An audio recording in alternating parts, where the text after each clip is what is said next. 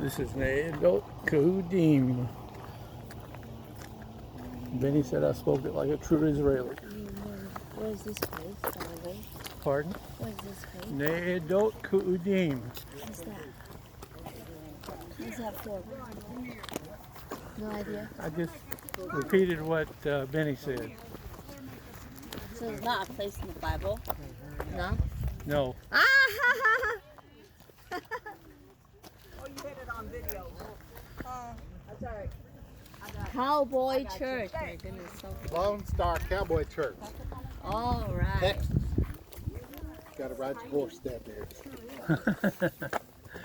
Is that pomegranate? Yep. A little baby one? Baby little mini, pomegranate. mini. Baby We pomegranate. tried to find them to buy and we couldn't find any.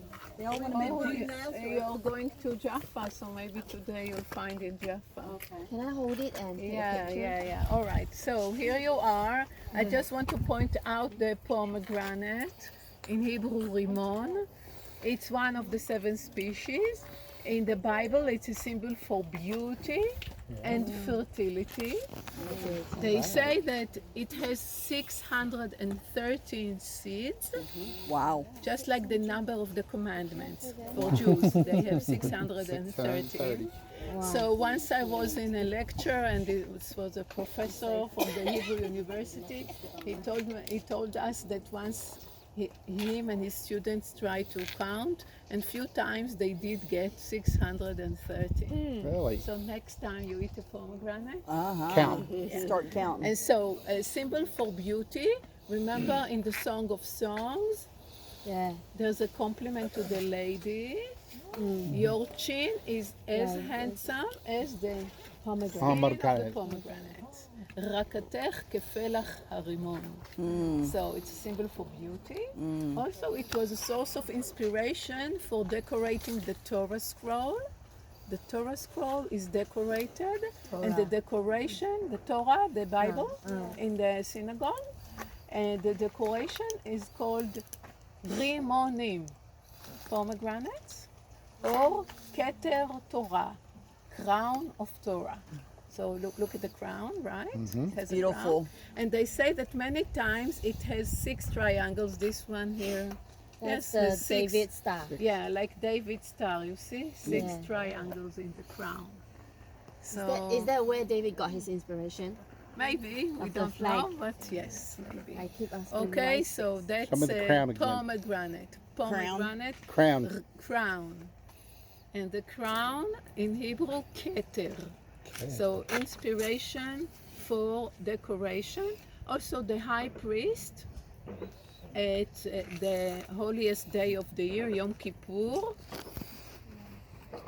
he would enter the Holy of Holies, and he would wear a special garment that would be decorated with bells and pomegranates, right? Okay, so you wanted this? Don't eat it yet.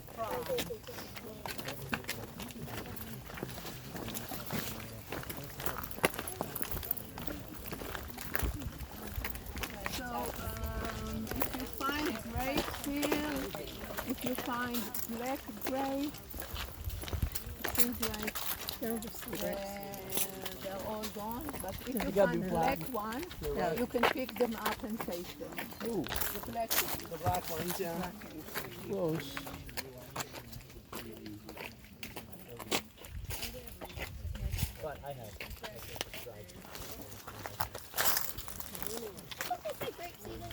Wow. Bitter. Very good. Oh, it's No, good. it's not bitter. It's very good. Not bitter. Oh. Okay.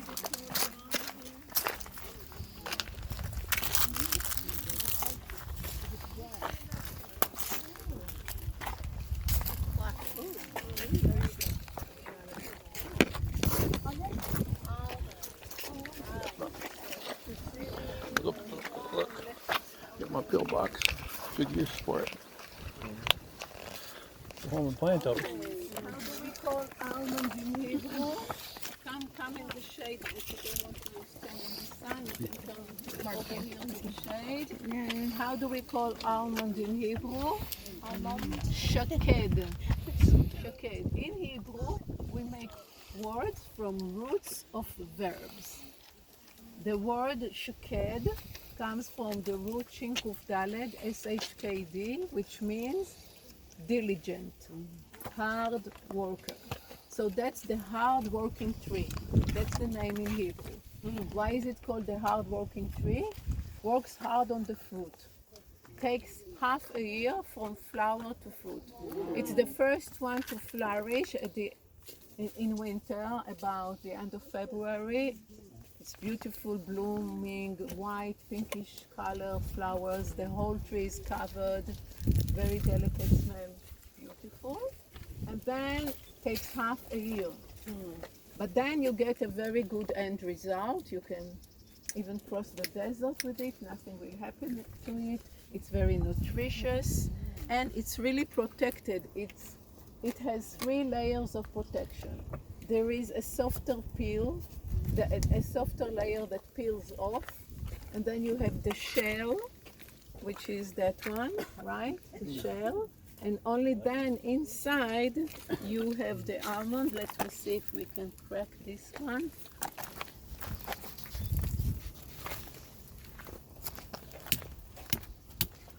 Yep.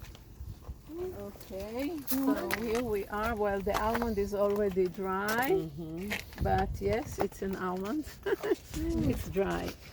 So there's this outer skin that also peels off, and only then you get the almond itself. So those are 3 layers of protection for one fruit, and that's why we call it hardworking, shaked. Now God showed Jeremiah, what does he show him? Almonds. He shows him this, right. And he asks him, what do you see? And Jeremiah, being a man of the land, what does he say? I see a branch of the almond trees, which in Hebrew is called shaked, which means diligent, hard worker. And God says, you have seen well, because I'm working hard on my word to be fulfilled. So you need to read the Bible in Hebrew.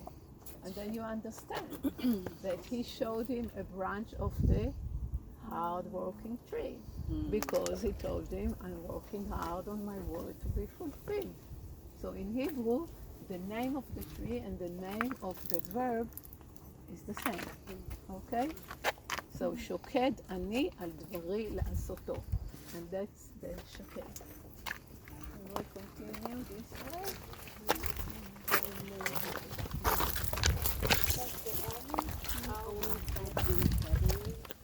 It's starting to move and so only ready in July. Because they say the month of the almond is He's taking pictures of it. blossom. Blossom. Yes. Actually, we have a celebration in Israel, so we call it the New Year of the Trees, and it's the end of February. Oh, It's called Tu B'Shvat. Now, careful here, that's a thorny bush. That thorny bush is actually caper. I'm trying to see if there are any capers left. Caper is the bud of the flower. That's what you usually eat. The bud. Oh, yeah. Beautiful. Look at here. How do you call it? chameleon. Chameleon. Dinner. Come. Oh my God. Oh, it's hiding. It's hiding. It's hiding. Oh, it went in. Oh, yeah. I see it. Oh, who got a picture of him? It went in. Okay. So beautiful. It's We are green. going down here. Look at the beautiful olive trees. We'll talk about them later. Why do they put the flags on the We soil? do tree planting. Huh? We do tree planting. Oh, okay. And that would be an oak tree. Here on your right, that's our oak. typical tree. What This is an tree? oak tree. Oak tree? Our oak trees are very different. Oh, how that looks different? It doesn't look. Oh. Now, if you hear shooting, don't be alarmed. There's an army base down here, and they have a shooting range, and they're filming. Does it have different kinds of oaks in? Yes. Oh, okay. Wow. Right. Wow. Yeah. Wow, wow, wow. Is that Christmas tree? Come sit down. Is that Christmas tree? Down there, it's date palm. Huh? No, those are dates. The tree that looks That's like a Christmas tree. cypress. Oh, cypress tree? Yes. Oh, Okay, come sit down. wow. So beautiful.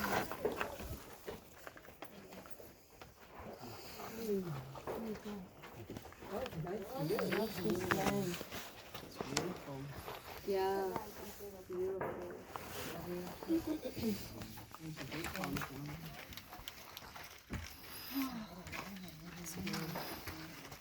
The army base over there. Yeah, that's the army thing. They're having target practice. Not shooting this way, are they? Well, there is so far they didn't shoot towards us.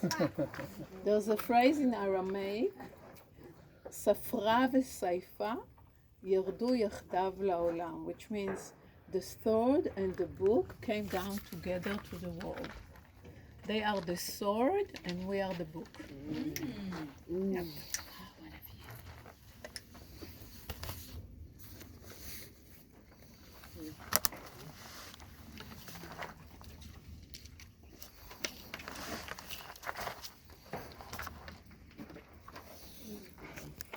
What city is back there? It's a village. Yeah, we'll talk about it now.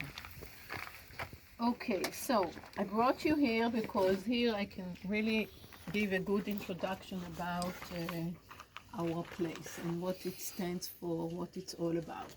Okay, so officially that's the beginning of the tour. So first of all, we are located between Tel Aviv over there at the horizon, 20 minutes drive from here, seashore, Mediterranean, to the west. That's Tel Aviv, to the west. And then Jerusalem would be to the east, mountain area over there. So we are between Tel Aviv and Jerusalem on a main ancient highway near the city of Modi'in. Modi'in is a new city, it's about 25 years old, but it's sitting anymore. It's considered new, and it's sitting on the ancient site of the village of Modi'in, which is the village of the Maccabees, who are the ones who fought against the Greeks more than 2,000 years ago. So it's also an historical area. Geographically, here it's called, in Hebrew, Hashfela. Shafel is low.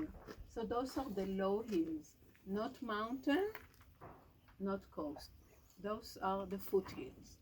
Now we read in the Bible that in the foothills, the kings had a special minister who was in charge of the sycamore trees and olive trees that grow in the Shfela.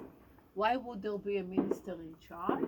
Because it's so fertile that you need a minister in charge. The sycamore trees were used for wood for construction, and olives, of course, for olive oil, which we'll discuss later. So it was a fertile area. We also read in the Bible about the land of milk and honey.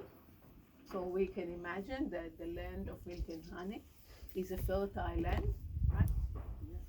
And so when we came here in 1964, we didn't find any fertile land. We didn't find the land of milk and honey. So what happened? So I'm sure you already know, so I'll tell you very briefly and then a bit about our park and what it stands for. The idea of the park is, as I said, to be the photo album, to put the text of the Bible in its context. Because even though Jesus and the prophets, they wanted to depict abstract ideas, high values, how did they do it? By using images and parables from everyday life of people.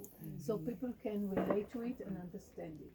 And since most people back then were farmers and shepherds, a lot of those images are taken from the world of farming and shepherding. Most of us today, we live in the big cities, we are not farmers, we are not shepherds. When we read the Bible, we don't always understand the meaning behind the parable. What this image really stands for. And so the idea is when you come here and you get to use all your senses, you get to understand the text better. And so this park was created, there was a vision of one guy, his name was Noga Reuveni, who had this vision to create a biblical park. He was a son of Jewish pioneers who arrived here at the beginning of the 20th century. They came here with the Zionist movement from Russia. And they loved the Bible, and they loved plants, and they wanted to get to know all the plants that are mentioned in the Bible.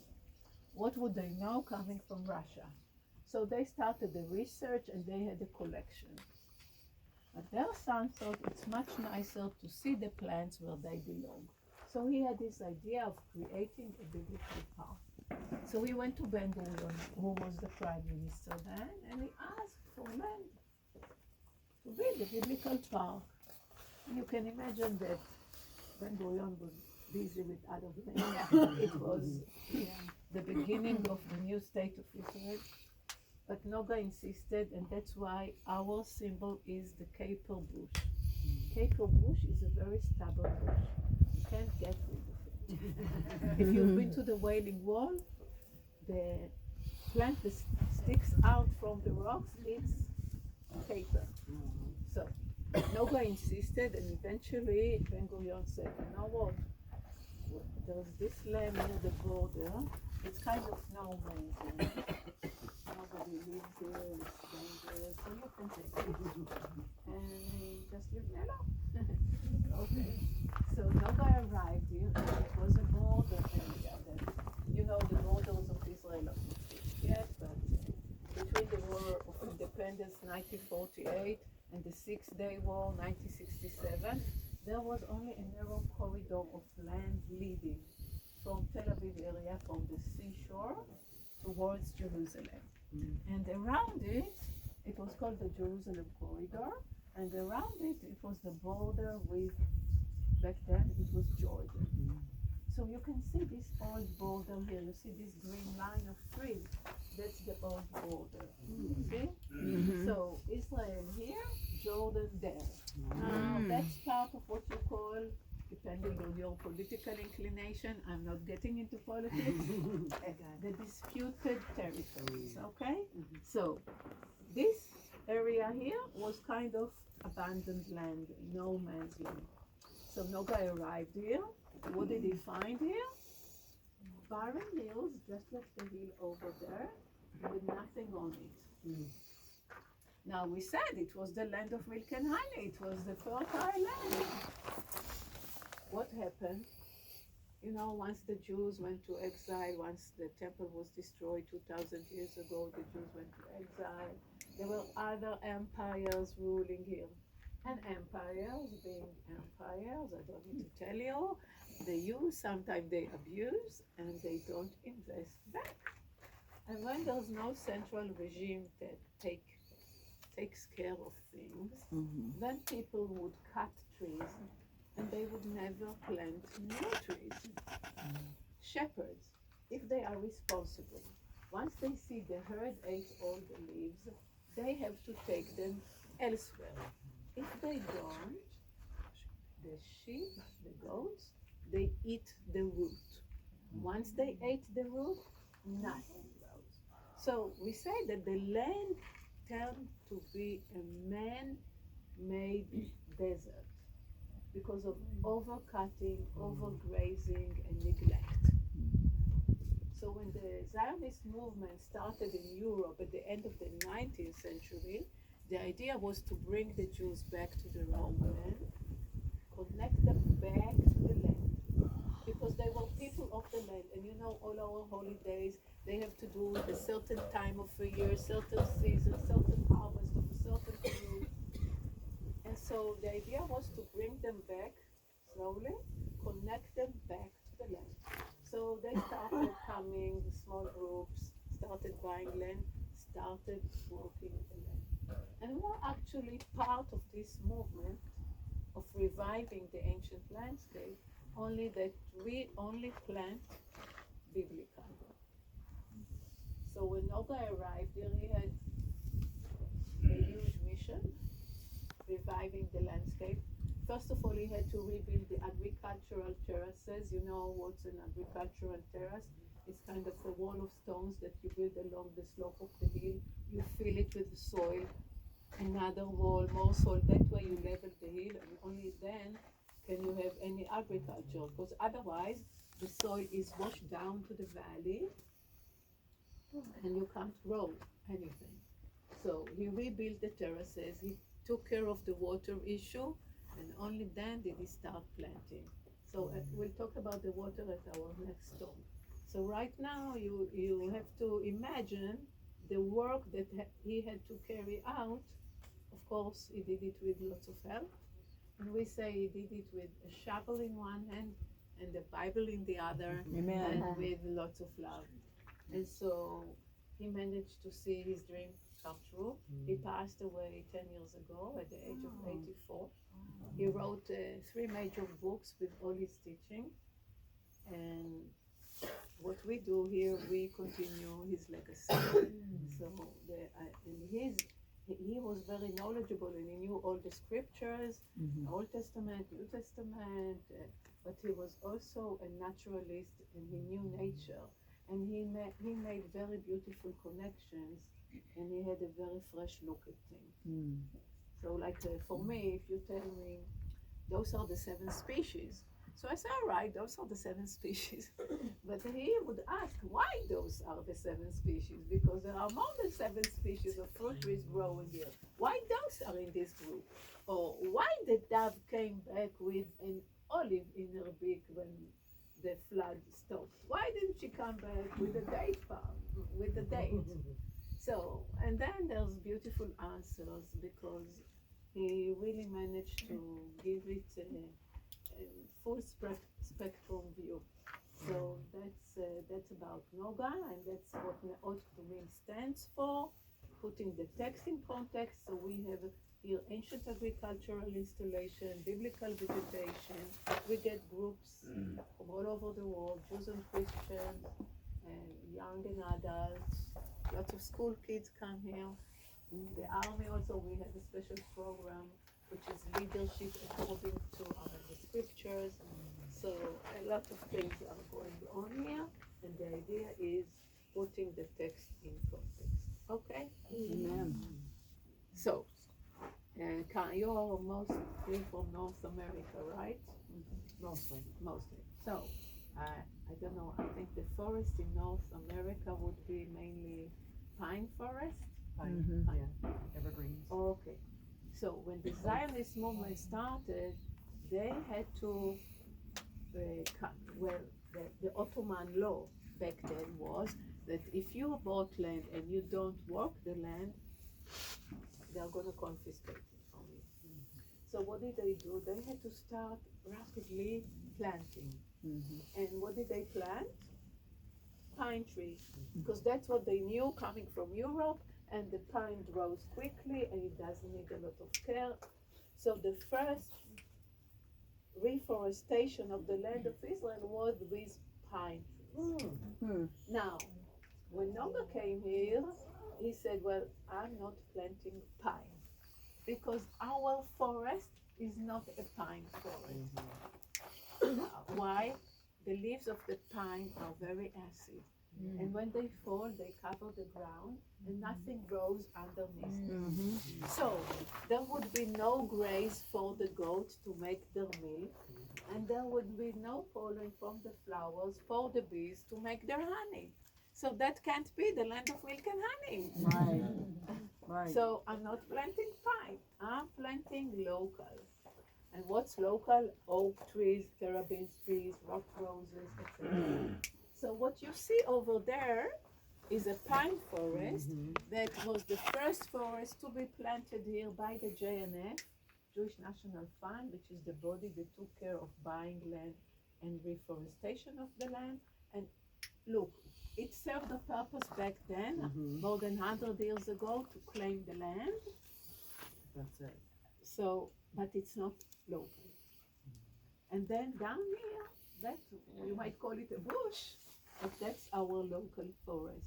So that's a mixture of different shrubs, trees, ivies, sometimes even flowers, not in this season, but yeah, you will see some flowers.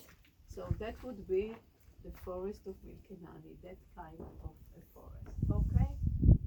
And so that's what Noga planted. We saw an oak tree up there, and we'll see some more as we walk. And I do want to do a little walk so you can really get the feel of this place. Is it okay? Questions so far? Okay. Yes, he did. Well, his idea was also, he had many great ideas. His idea was to also rebuild all the geographical areas from the Bible, like the Sharon Valley, the En Gedi.